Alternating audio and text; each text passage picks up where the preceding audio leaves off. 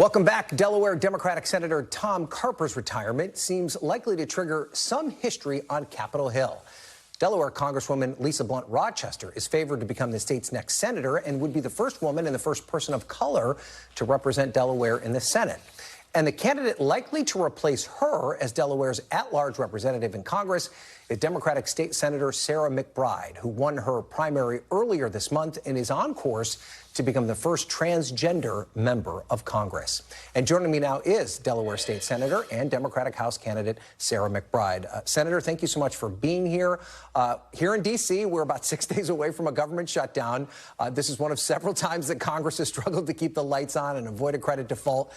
Congress hasn't really done much lawmaking in the last year or so. Why do you want to come here and be a part of this? Well, I think the developments this week with the Democratic caucus likely having to come in to save the day has really reinforced why we need a Democratic House come January 2025. I mean, we have to remember that when the Democrats had control of the House with a similar margin to what Republicans currently have right now, they passed the largest investment in infrastructure since the 1950s, the largest expansion of veterans benefits since the GI Bill, the first gun safety package since the 1990s, the largest expansion of healthcare since the ACA, and the biggest step to combat climate change of any nation on earth ever. And so we have before us a clear choice between returning to the incompetence and the chaos of the Trump years, or turning the page on the politics of the past and helping to move this country forward by delivering for people. But we have to send people to Washington who have a proven track record of rolling up their sleeves, diving into the details, bringing people together. That's what I've done here in Delaware, passing paid family and medical leave, expanding access to health care. That's what I'll do in Congress. So you obviously are from Delaware, so you've been represented by Joe Biden in one way, shape, or form for basically your entire life.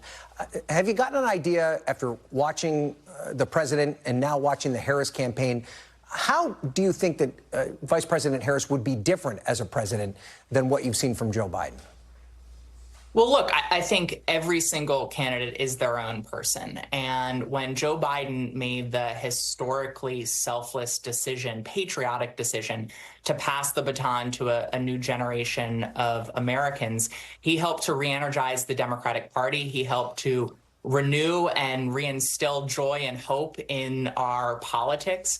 And I think, look, Kamala Harris represents a new generation of leadership. I think she understands the issues that we are facing as a country. She understands the issues that younger people and younger workers are facing. She'll be her own kind of leader. But of course, she'll also be a leader that builds on the progress of the Biden-Harris administration, progress that I just articulated.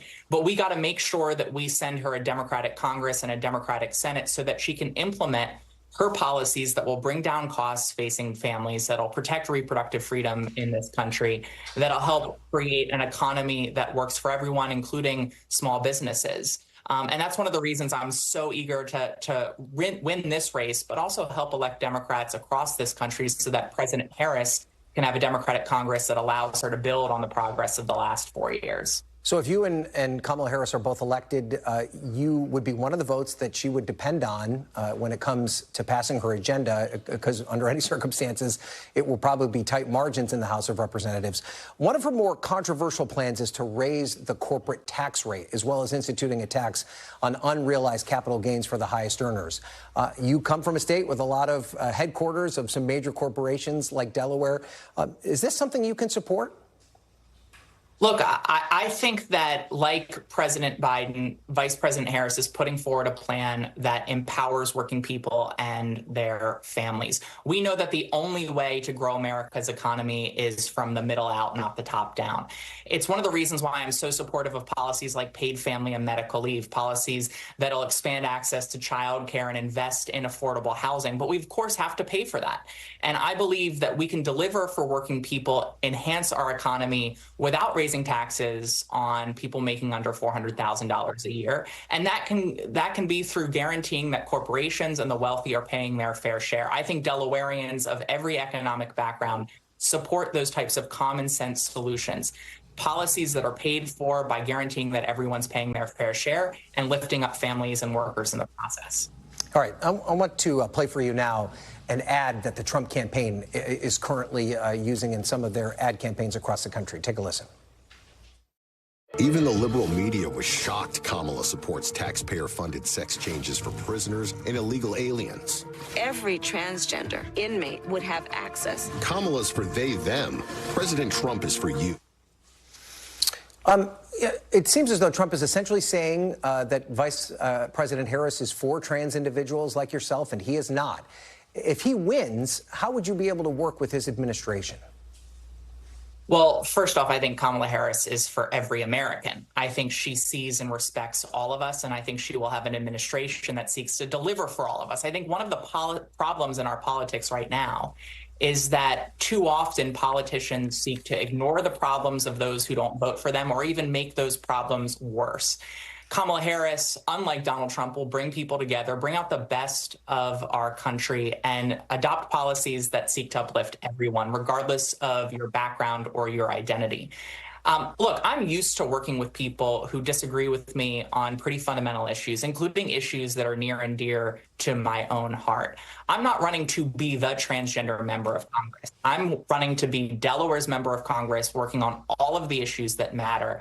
And that means working with people who disagree with me on some deeply personal issues. That's what I've done here in Delaware, where nearly every bill that I have introduced and passed in the General Assembly, I have passed with bipartisan support from people who don't vote the same way I do on LGBTQ equality. I'd operate the same in Congress. All right. Well, State Senator Sarah McBride, you still got quite a bit of campaign left. We wish you the best of luck, and perhaps we'll see you here in Washington in January. Thank you so much for being here. We appreciate it.